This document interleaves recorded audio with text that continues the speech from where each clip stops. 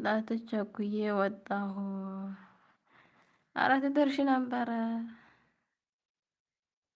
ቀስ ብለሽ ብመጪ ባትመጭም ደግሞ የሚያስቸግር ከሆነ ችግር የለውም ነበረ።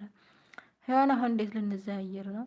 ወላሂ ዛሬ ማለት ነው ማንን እንደተውኩ አላቅም፣ ማንን እንደዘየርኩ አላቅም። መሪብ ከመሪብ ማን ነው ከሀሱር ጀምሬ ማለት ነው። ወላሂ በጣም ቢዚ ነበርኩኝ። ሀገርዬ ይበቃሻል ማሬ። አሁን ሀገርዬ ማለት ነው ሀገርዬ እየሰማሽ ከሆነ አንቺ ስንት ሰዓት ልትገቢ ነው? ጠዋት ማን ይነሳል? ማለት እኔ ችግር የለውም ነቃ ብዬ አላርም ቀጥርና ካፍቼ ልተኛ ነው።